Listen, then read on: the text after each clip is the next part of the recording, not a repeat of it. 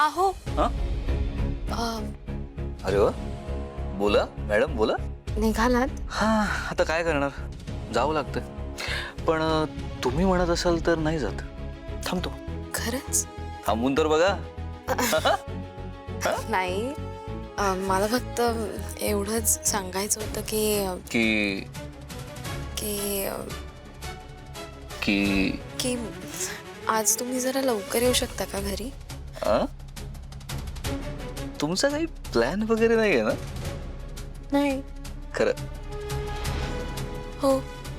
मग काय उपयोग लवकर येऊन? अहो,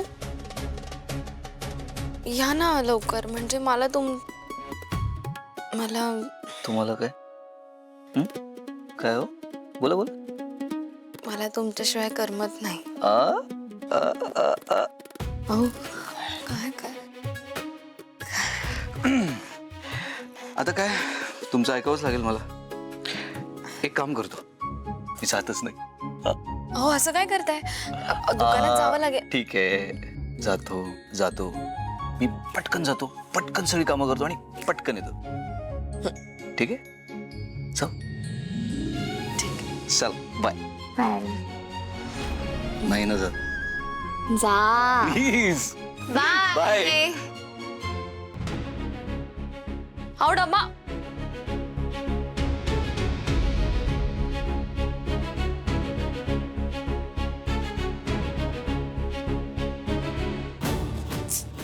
बिचारा, त्या आत्यासमोर तू माझी बाजू घेतलीयस, हे त्याचं रिवॉर्ड आहे.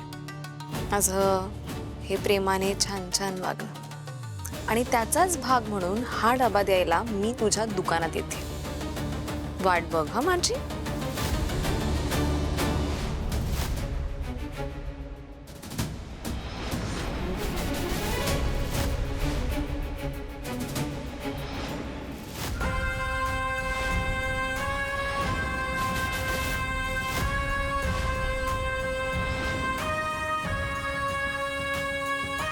इथं नोकरी करतेस तू? म्हणजे या नोकरीतून तू रातोरात 50,000 उभे केलेस तर एकदम फास्ट. चमत्कारच आहे की. मी 50,000 उभे केले? काय बोलतायत हे? म्हणजे यांना यांचे पैसे मिळालेत तर? पण कसे? कुणी दिले? साधी सुधी तर रक्कम नाहीये ही. 50,000 कोण देणार? अच्छा, बहुतेक हे त्या दीपचंच काम असणार. नाही, बरोबर आहे. त्या दिवशी त्यानेच मला त्यांच्या पंटरपासून वाचवलं होतं ना, आणि रिक्षा गेली आहे हे सगळं त्याला माहितीच आहे. बरोबर. काय चाललंय? ज्योती आणि ह्या माणसामध्ये कसला पैशाचा व्यवहार झाला असणार? ज्योती, तू या माणसाला कसले पैसे देतेस? ते कर्ज घेतलं हिनं माझ्याकडून. रोख 10 लाख रुपये, व्याज वेगळं. हे बघा, आपण जरा बोलूया. नाही, बोलूया. मी काय इंटरव्ह्यू द्यायला आलो का इथं? बोलूया म्हणे. पुरुषोत्तम गायकवाड,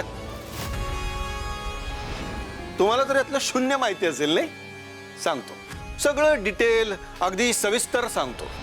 या पोरीनं तिच्या बहिणीचं मोठ्या घरात लग्न करण्यासाठी माझ्याकडून पैसे घेतले. मोठी माणसं, ते काय म्हणतात ते, एकदम लॅविश पॉश मोठी माणसं. कसली मोठी माणसं, नाव मोठं आणि लक्षण खोटं. हिच्या बहिणीचं लग्न झालं मोठ्या घरातल्या मोठ्या श्रीमंत मुलाशी.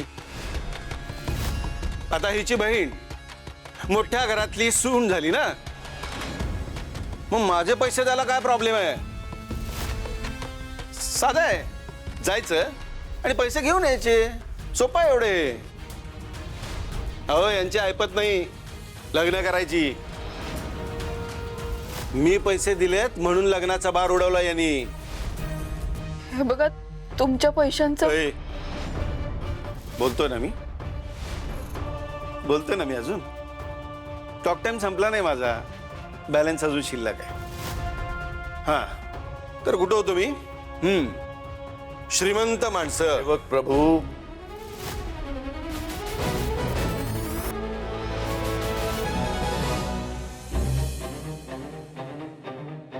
ह्या प्रीतीने माझी साडी जाळली आणि स्वराज मला तिचीच माफी मागायला सांगतोय. स्वराज पण बदलत चाललाय हल्ली.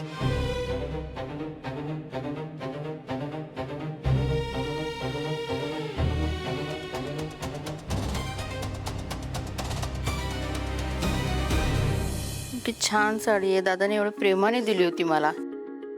जाळली या प्रीतीने. काय करू आता ह्या साडीचं? नेसता पण येणार नाही, मला टाकवत पण नाहीये.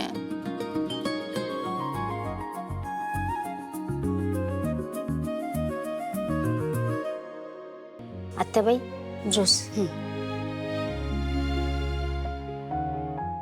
काय झालं आत्याबाई? काय नाही ग, इस्त्रीला दिली होती साडी, जळली. आता नेसता पण येणार नाहीये धड. मला कळत नाहीये काय करू या साडीचं. आत्याबाई एक काम करता का, ती साडी मला द्या, ती मी रफू करून नेसर, जर तुम्हाला चालणार असेल तर. तुम्हाला चालेल मी नेसलेली साडी नेसायला? हो, का नाही? चालेल ना. ये ताई, पण एक कराल का? म्हणजे तुम्हाला हवी तिथे साडी नेसा, म्हणजे एखाद्या फंक्शनला, लग्नाला, कुठेही. फक्त इथे येताना नको नेसू साडी. माझा फार जीव आहे त्या साडीवर, फार आवडते मला ही. चालेल. थँक्यू.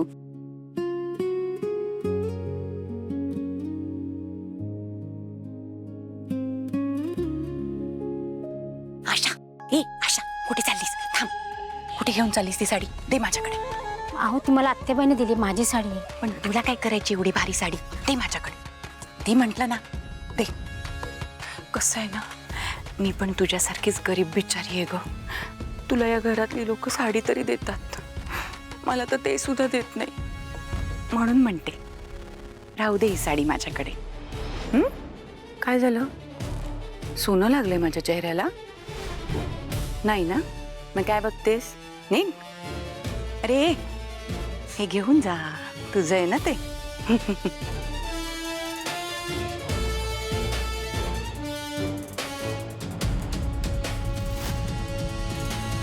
अगं ड्युटीवर आहे मी. तू सारखं सारखं कॉल करून त्याच गोष्टी विचारत राहिली तर मी काम कसं करायचं? अरे मग एक काम करत जा, तू ना माझ्यासोबत इथे येत जा, दिवसभर इथे बसत जा, मी काय करतो ते बघत जा, आणि संध्याकाळ झाली की आपण एकत्र जाऊ.